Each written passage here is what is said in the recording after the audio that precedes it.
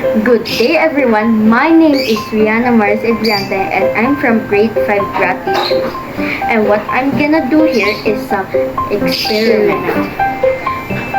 What kind of experiment that I'm gonna do is a firework experiment.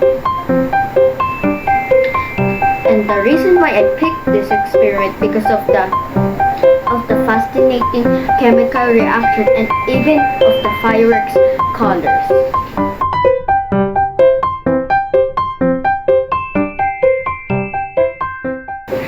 And now let's start the experiment. First, what we're gonna need is some container. And we need some water. We're gonna put some water.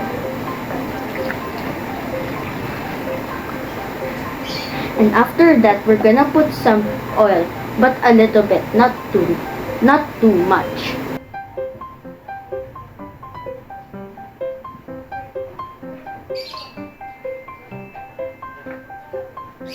And now we're gonna put some food coloring.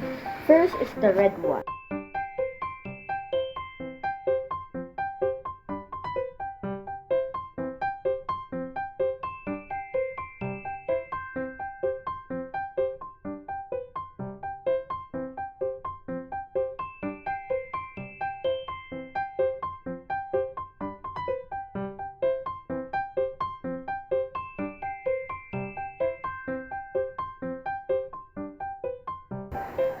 That's all everybody. Thank you for listening and watching my presentation. Have a nice day. Bye!